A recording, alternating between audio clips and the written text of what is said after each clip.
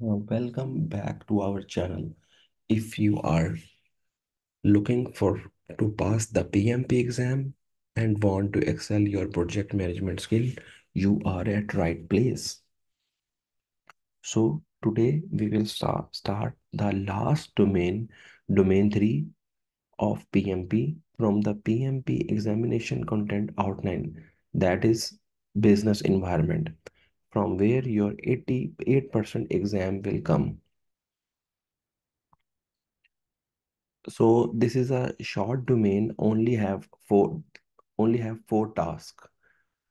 So the first task is a relatively difficult one to understand, but I will explain in much easier way so that you all can grasp the concept.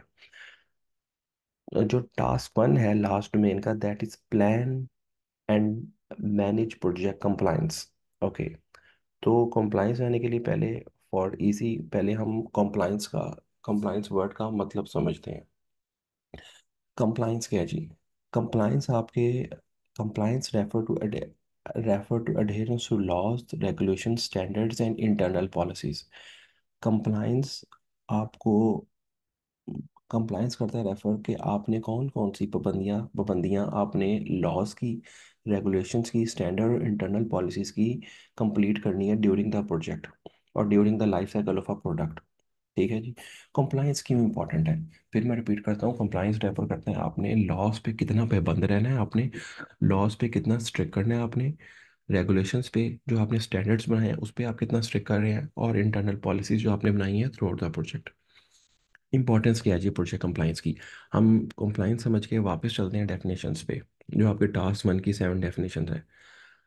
Importance क्या है जी? Protect organisation from, जो legal मामला होते हैं, legal risk होते हैं जो project या ऑर्गेनाइजेशन के रास्ते में आते हैं, उससे बचाता है हमें. क्वालिटी क्वालिटी प्रोडक्ट हमें मिलती है इनसे, कंप्लायंस से, क्योंकि आप स्टैंडर्ड्स को मेजर कर रहे होते हैं, उनको पाबंद रह रहे होते हैं, तो आपको क्वालिटी प्रोडक्ट मिलती है.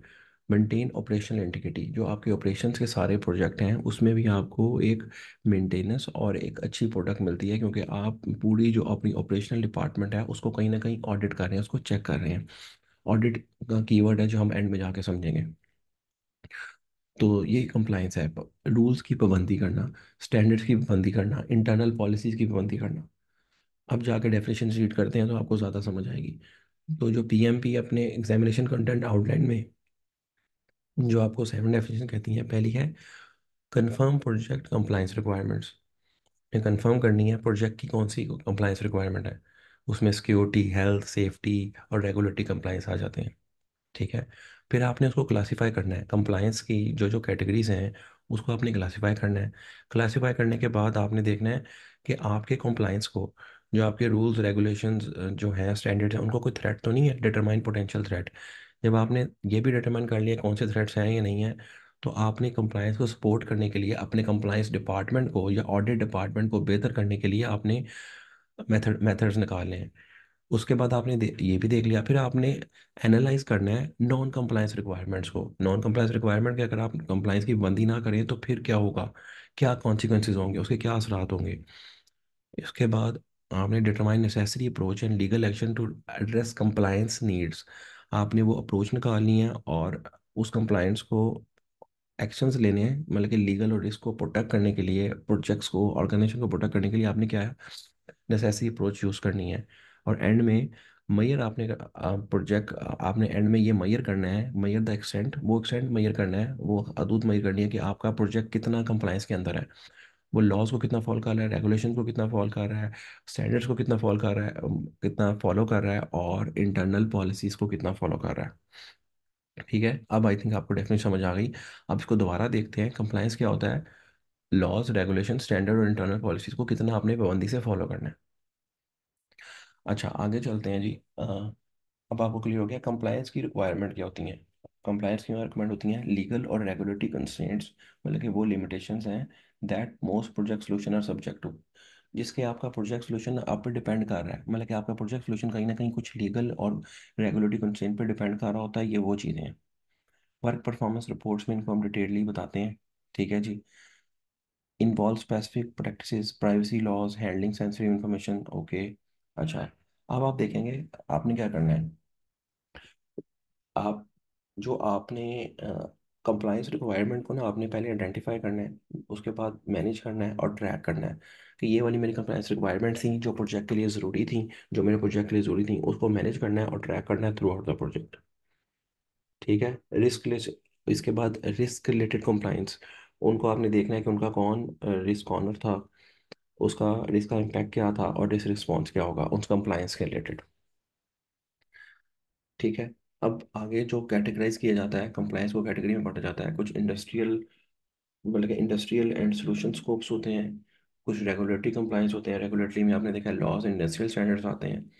अच्छा, वेरिएंस और trend, variance analysis and potential threats, variance analysis और जो आपके potential threats to compliance, identify risk, और आपने नॉन कंप्लायंस के आपको उनका वेरिएंस एनालिसिस करना है। वेरिएंस एनालिसिस क्या होता है कि आप देखते हैं कि आपने किधर जाना था और कहाँ पे पहुंच गए। अच्छा, अब जो हम देखेंगे, identify potential threats to compliance. Compliance को क्या लेके थ्रेट होते हैं। अच्छा, सोर्स ऑफ थ्रेट क्या होता है, चेंजिंग रेगुलेशंस, मतलब कि जो आपके रेगुलेशन चेंज हो रहे होते हैं वो एक one of the source of threat है आपके कंप्लायंस को। जब आपके प्रोसेस आपके चेंज हो रहे हो, कंपनी या प्रोजेक्ट के प्रोसेस चेंज रहे हो, तो वो भी एक सोर्स ऑफ थ्रेट होता है कंप्लायंस को। लैक ऑफ ट्रेनिंग अवेयरनेस, जब आपके लोगों को कंप्लायंस स्टैंडर्ड पॉलिसीज रेगुलेशंस का ना पता हो तो उनकी लैक ऑफ ट्रेनिंग होती है और अवेयरनेस होती है कंपनी और प्रोजेक्ट के रूल्स के बारे में, तो वो भी पोटेंशियल कंप्लायंस का खतरा होता है। जब लोग अवेयर ही नहीं है आपके लॉज रेगुलेशंस इंटरनल पॉलिसीज और स्टैंडर्ड का, तो वो भी खतरा होता है। अच्छा, रिस्क रिस्पॉन्स आपके इसमें प्रोएक्टिव एक्शंस और कॉन्टिन्यूसली मॉनिटरिंग। अब आप ये कॉन्टिन्यूसली कंप्लायंस को मॉनिटर करते रहेंगे जो आपकी रिस्पॉन्स है, और आपको प्रोएक्टिव एक्शंस लेने पड़ने हैं कि आपके कंप्लायंस पे मैयर रहें, आप कंप्लायंस को ओबे कर सकें। ओके। अच्छा, मेथड्स। अब यहाँ से आपकी बात है कि अब आप क्या करेंगे, जो हमने डेफिनेशन में देखा था मेथड्स टू सपोर्ट कंप्लायंस। तो कंप्लायंस को मेजर करने के लिए क्या मेथड्स होंगे, हम ऑडिट करते हैं बार बार। ऑडिट आपको पता है कि ऑडिट आपको रिजल्ट देता है। ऑडिट करेंगे, क्वालिटी चेक्स लगाएंगे और रिपोर्ट्स की फॉर्म में ऑडिट करेंगे तो आपको पता लग जाएगा कि चीज़ें ठीक जा रही हैं कि गलत जा रही हैं। फिर क्वालिटी चेक्स और रिपोर्ट्स के सूरत में आपको पता लगता है। स्टैटिकल सैम्पलिंग, ये हम पढ़ेंगे, सैम्पलिंग के थ्रू भी आपको क्वालिटी चेक्स लगाए जाते हैं। और बेस्ट प्रैक्टिसेस, ये चार ही चीज़ें हैं।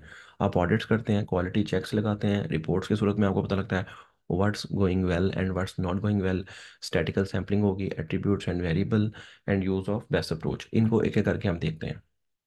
ऑडिट्स क्या होते हैं, एक्सटर्नल टीम होती है, जो ऑडिट होता है एक्सटर्नल टीम आती है, वो आके चेक करती है कि प्रोसेस पे कितना पाबंद है कि नहीं है।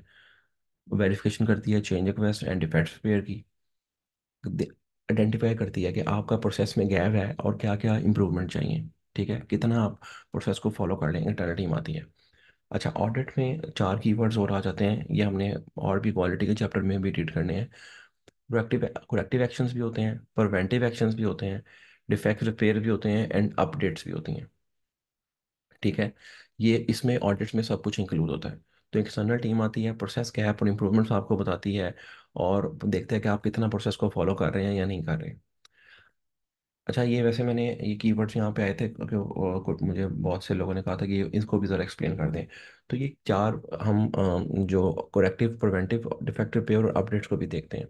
करेक्टिव एक्शंस वो स्टेप्स होते हैं जो आपने एग्जिस्ट, जो प्रॉब्लम होती है ना, जो एग्जिस्टिंग प्रॉब्लम को फिक्स करने के लिए, मतलब कि उन प्रॉब्लम को, जो प्रॉब्लम आई थी उनको फिक्स करने के लिए, और वो चीज़ होती हैं deviate from the project plan.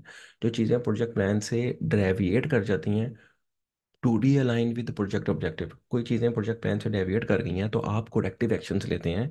कोई चीज़ें प्रोजेक्ट प्लान से डेविएट कर गई हैं तो आप कोरेक्टिव एक्शंस लेते हैं, उनको रीलाइन करते हैं ताकि वो प्रोजेक्ट ऑब्जेक्टिव और प्रोजेक्ट प्लान पे वापस आ जाएं। इसके लिए कोरेक्टिव एक्शन यूज़ होते हैं, ये भी ऑडिट का पार्ट ही होते हैं। प्रिवेंटिव एक्शंस कौन से होते हैं, मई। अच्छा, जो आपके फ्यूचर हो, प्रिवेंटिव एक्शन होता है जो आने वाले हो, प्रिवेंट आप करेंगे पहले ही। May implementation to avoid potential future risk, जो आने वाले रिस्क हैं और इश्यूज और risk from occurring in the project. Preventive actions वो लेते हैं जो आने वाली चीज़ों को आप ऑडिट कर रहे होते हैं कि मेरे क्या जो आने वाले रिस्क हैं और इश्यूज हैं उनके लिए मैंने क्या मैयर स्टेप्स लूंगा, ये प्रिवेंटिव एक्शंस होते हैं। करेक्टिव डिफरेंट होते हैं कि अपने प्रोजेक्ट प्लान से जो आपका डेविएट कर जाए उसको ठीक करने के लिए। और प्रिवेंटिव वो होते हैं कि जो आने वाले हैं फ्यूचर में। डिफेक्ट्स रिपेयर क्या होता है, ये होता है कि action taken to correct identify defects in deliverable to meet the required standard. ये वो एक्शंस हैं जो लिए जाते हैं टू करेक्ट डिफेक्ट्स, जो डिफेक्ट्स आ गए होते हैं उनको रिपेयर करने के लिए, to meet the required standards को मेंटेन करने के लिए। मतलब कि कंप्लायंस का भी आया था, कलेक्शन बहुत से हैं कि कुछ चीज़ें ख़राब हो गई हैं उनको ठीक करने के लिए। इस देखें, करेक्टिव एक्शन में फ़र्क है, तब वो प्रोजेक्ट मैनेजमेंट प्लान पे या प्रोजेक्ट प्लान से रीलाइन करने के लिए किया जाता है। इसमें जो चीज़ें ख़राब हुई होती हैं, इसमें कस्टमर कंप्लेन कर लेता है, उसको ठीक करने के लिए वापस उसमें डिफेक्ट्स किए जाते हैं। और अपडेट्स क्या होती हैं कि आप खुद ब खुद रिवीजन करते रहते हैं। मतलब कि आपने देखा होगा हर चीज़ के, कोई ऐप है उसके नए नए वर्जन आते रहते हैं, तो जो चीज़ें आइडेंटिफाई होती हैं कस्टमर्स की तरफ से, इंटरनल आपके डिपार्टमेंट की तरफ से, उसको आप अपडेट करते रहते हैं। Made to the project documents, आप मतलब कि अपडेट्स करते रहते हैं। आप प्रोजेक्ट डॉक्यूमेंट में अपडेट कर दिया, प्लान में अपडेट कर दिया, बेस लाइन में अपडेट कर दिया, किसी भी जगह पे अपडेट कर दिया और आपने खुद इसे रिलीज किया टाइम टू टाइम। मतलब कि हर चीज़ के टाइम टू टाइम आपको अपडेट भी करना है, उसकी सारी चीज़ें रिफ्लेक्ट भी करनी है, ये होती हैं अपडेट्स। है इसको डिटेल्स हमने क्वालिटी के चैप्टर में दोबारा देखना है, मगर यहाँ पे भी इसको क्योंकि ये कीवर्ड्स यूज़ किए थे तो हमने क्वालिटी चैप्टर में ऑलरेडी देखा हुआ है इसे, तो इसको मैंने यहाँ पे रिकॉल कर दिया है। अच्छा, कमिंग बैक, सैम्पलिंग क्या होती है जी? एट्रीब्यूट सैम्पलिंग क्या होती है जी? मतलब कि cut down the number of my, अच्छा, एट्रीब्यूट सैम्पलिंग को हम देखते हैं क्या करते हैं। Yes no approach to the compliance attribute, या एट्रीब्यूट सैम्पलिंग होती है कि आप किसी भी सैंपल को देख रहे हो, उसमें आप करेंगे अप्रोच, मतलब कि यस है नो है, रिजल्ट आइदर कंफर्म और कंफर्म और डजेंट, या तो रिजल्ट ठीक है या तो नहीं ठीक है, ये एट्रीब्यूट सैंपल होती है। वेरिएबल सैम्पलिंग क्या होती है? Results are rated on a continuous scale to measure the degree of conformity. Variable sampling होती है कि रिजल्ट्स को एक कंटिन्यूस स्केल पे मेजर किया जाता है ताकि कितना वो कंप्लायंस से, मतलब कि एक स्केल से आपको रिजल्ट बताया जाता है कि कितना वो कंप्लायंस के पास है और कितना कंप्लायंस से दूर है। ठीक है जी। स्टैटिकल सैम्पलिंग क्या होती है? आप क्या करते हैं, बहुत बड़े सैंपल में आप मतलब कि cut down the number of measurements. मतलब कि आप देखें, आप कोई चीज़ चेक कर रहे हैं, मैं आपको क्या एग्जांपल दूँ। आप बहुत ज़्यादा सैंपल में से 10,000 सैंपल में से आप दो चीज़ें चेक कर लेते हैं और उसके बेस पे डिसीजन कर लेते हैं सारा। पूरी पूरी 10,000 की कोई चीज़ पड़ी हुई है, आपका सैंपल है, कोई भी है, फॉर एग्जांपल आप कुकिंग ऑयल चेक कर रहे हैं, तो आप एक दो पैकेट खोल के उसको चेक कर लेंगे और देखेंगे और उसके बारे में डिसीजन कर लेंगे ये सारी पॉपुलेशन, मतलब कि सारी पॉपुलेशन को इधर ठीक है या नहीं ठीक है, मतलब कि क्वालिटी इशू है कि नहीं है। कोई भी चीज़ है उसके बहुत ज़्यादा सैंपल है, उसमें से एक आधा आपने पिक किया और देखा तो ये ठीक है, तो आपको उस छोटी सी सैम्पलिंग है, आप 10 के 10,000 सैंपल तो नहीं चेक करने लगे, आपने दो तीन चीज़ें निकाली और उसमें अपना डिसीजन बना लिया। Cut down the number of measurements made by only testing a random sample. कोई भी आप 10,000 प्रोडक्ट में से कोई चूज़ किया और आपने देखा हाँ उसके पे सारे टेस्ट किए, हाँ ये ठीक है, ये स्टैंडर्ड्स को मेजर कर रहा है, कन्फर्मिटी है, कंप्लाइंस है, तो दैट्स इट। तो ये तीनों भी बड़ी ज़रूरी है। स्टैटिकल सैम्पलिंग कोई भी हुआ, एट्रीब्यूट सैंपल मतलब कि यस नो अप्रोच है, आप उसमें रिजल्ट्स या तो कंफर्म है या तो नो है। और वेरिएबल सैम्पलिंग है, आप एक स्केल पे मेजर करते हैं कि कितना, लाइक 70% आपके जो हैं वो कंफर्मिटी है, या 80% कंफर्मिटी है, या 90% कंफर्मिटी है। अच्छा, analyse consequence of non compliance. Non compliance क्या होंगी? लीगल आपके पे केस होंगे, आप पे फाइन्स होंगे, पेनल्टी होगी, क्लाइंट चला जाएगा, आपका प्रोजेक्ट का बजट बढ़ जाएगा और डिले आ जाएंगे। क्लाइंट पे चला जाएगा, फाइन पड़ेंगे, लीगल फाइन पड़ेंगे, ये सारे नॉन कॉम्प्लायंस के मसाइल हैं। अगर आप कंप्लायंस को सही से नहीं ओबे करेंगे तो। Marine project compliance. अच्छा, अब प्रोजेक्ट कंप्लायंस क्या होता है? आप एक क्वालिटी मैनेजमेंट प्लान बनाते हैं जो आपके प्रोजेक्ट मैनेजमेंट का प्लान होता है। जब भी प्लान का कीवर्ड आता है दैट इज हाउ, तो ये प्रोजेक्ट मैनेजमेंट प्लान का हिस्सा होगा। Use quality control output for the process compliance. मतलब कि आप क्वालिटी यूज करेंगे प्रोसेस कंप्लायंस के लिए। और परफॉर्म ऑडिट मैंने देखा है करेक्टिव एक्शंस और अपडेट, मैंने वैसे आपको बाकी दो भी डिफाइन कर दिए थे। करेक्टिव एक्शन तो क्या होते हैं? जो आपके प्रोजेक्ट मैनेजमेंट प्लान से डिविएट करेंगे। और अपडेट्स, ये भी आप बार बार परफॉर्म करते रहेंगे ताकि आप पहले ही कॉम्प्लाइंस पे रहे, मतलब कि these are the proactive actions. Quality tools क्या होते हैं आपके पास? हम पहले दें और आप ऑडिट करते हैं, चेकलिस्ट करते हैं और कंट्रोल चार्ट करते हैं। ये सारा कुछ क्वालिटी मेजर अगर आप अच्छे तरीके से कर रहे हो तो आपकी कंप्लाइंस ऑलरेडी हो जाती है। अच्छा, एंड में बहुत सा जो आप सबका जो टॉपिक में जो मेरे नज़दीक मोस्ट इंपॉर्टेंट स्लाइड है जिसको यहाँ पर डिस्कस करना चाहिए, वो ये है कि दो वर्ड्स हैं जिससे आप अक्सर कंफ्यूज हो जाते हैं। वो क्या वर्ड्स हैं? मैनेज क्वालिटी और कंट्रोल क्वालिटी। मैनेज क्वालिटी क्या होती है, पहले तो आप ये समझें, इसको आपने याद रखना है। Manage quality is quality assurance और कंट्रोल क्वालिटी होती है क्वालिटी कंट्रोल। ठीक है जी। आप क्वालिटी एश्योरेंस में क्या करते हैं, आप ये चीज़ को अश्योर करते हैं process and policies for ensuring quality. उन प्रोसेस और पॉलिसीज को फॉलो करो ताकि आपको क्वालिटी मिले। क्वालिटी कंट्रोल क्या होता है? Product and deliverable to meet quality requirements. जो आपकी प्रोडक्ट है और जो डिलीवरेबल है आपको मिल गया है। क्वालिटी कंट्रोल है कि आपको जो डिलीवरेबल्स मिल गए हैं वो क्वालिटी रिक्वायरमेंट्स को मीट करें, ठीक है जी। क्वालिटी अश्योरेंस क्या था आपके? अश्योरेंस होती है, आपने अश्योर करना है कि आपकी पॉलिसीज प्रोसीजर्स लॉज जो सारे हैं वो इंश्योर करें कि क्वालिटी प्रोडक्ट निकलेगी। और जो निकल के आती है क्वालिटी कंट्रोल क्या है, जो आपकी फाइनल प्रोडक्ट आती है अगर वो मीट कर जाए क्वालिटी रिक्वायरमेंट्स को तो वो क्वालिटी कंट्रोल है। ये बात समझ आ गई है? इसको समझना बहुत ज़रूरी है। अप्रोच क्या है? देखें, क्वालिटी एश्योरेंस पहले की जाती है। क्वालिटी जो कंट्रोल है वो बाद में किया जाता है, जो चीज़ें होने वाली होती हैं, प्रिवेंट डिफेक्ट्स। बल्कि मैंने सेकंड पॉइंट में लिखा है ना, प्रिवेंट डिफेक्ट्स, कि आप पहले से प्रोसेस एंड पॉलिसीज को इंश्योर कर रहे हैं कि ताकि आपके प्रोडक्टिव अप्रोच और डिफेक्ट्स ना आए। और क्वालिटी कंट्रोल क्या है? रिएक्टिव। अगर उस टाइम कोई आ जाए आपके डिलीवरेबल में उसको आइडेंटिफाई करें और फिक्स करें फाइनल आउटपुट में। देखें, अश्योरेंस है कि आपके डिफेक्ट आना ही नहीं चाहिए, और कंट्रोल है अगर आ गया तो उसे आइडेंटिफाई करके फिक्स कर दें। आई थिंक आप काफ़ी क्लियर हो गया होगा, बार बार आप लोग मेरे से पूछते हैं इन दो कीवर्ड्स के वर्ड एक्सप्लेन करें। Objective, ensure adherence to quality standards and best practice, ये वही बात है। वेरीफाई दैट डिलीवरेबल्स, डिलीवरेबल्स की बात होती है हमेशा क्वालिटी कंट्रोल में, डिलीवरेबल की बात होती है। मीट स्पेसिफिक क्वालिटी स्टैंडर्ड, ठीक है। एक्टिविटीज ऑडिट करते हैं आप, जो आपके प्रोसेस को, ऑडिट हमेशा आपका प्रोसेस का होता है, प्रोसेस एनालिसिस एंड ऑप्टिमाइजेशन। और क्वालिटी कंट्रोल की आप इंस्पेक्शन करते हैं, टेस्टिंग करते हैं और सैम्पलिंग करते हैं। ये पूरे चैप्टर में जो समझने वाली बात है ना वो सारे इस स्लाइड में ही मैंने बता दिया आपको। अगर नहीं समझ आती डीएम मी, मैं आपके साथ जूम कॉल पे आके आपको सेपरेट समझा दूंगा। ठीक है जी। टूल्स एंड टेक्निक्स इरेलीवेंट है। प्रोसेस ऑडिट, ऑडिट्स होते हैं। Design for x, design for x भी हमने क्वालिटी में पढ़ा है। उस वीडियो को मैं रेफर करता हूँ, क्वालिटी इंप्रूवमेंट टूल्स। इंस्पेक्शन, अगर inspection, control chart, statistical sampling, ठीक है जी। प्रोडक्ट जब बन जाती है तो उसको क्वालिटी कंट्रोल करते हैं, अगर एक वर्ड में समझना है। और प्रोडक्ट बनने से पहले आप क्वालिटी इंश्योरेंस करते हैं, प्रोसीजर पॉलिसीज ऐसी चीज़ें बनाते हैं कि आपकी क्वालिटी प्रोडक्ट बने। That summarize all. आउटपुट देखें जी, क्वालिटी रिपोर्ट्स हैं, टेस्ट एवेल्यूशन है, चेंज रिक्वेस्ट है, चेंज रिक्वेस्ट है, verified deliverable, quality control, major change request, timing throughout the life cycle. अब ये देखें, एक टाइमिंग का डिफरेंस भी है। Primary during the execution phase, जो जो आपकी जो प्रोसेस और पॉलिसीज है ना वो पहले स्टेप से लेके एंड तक चलेंगी।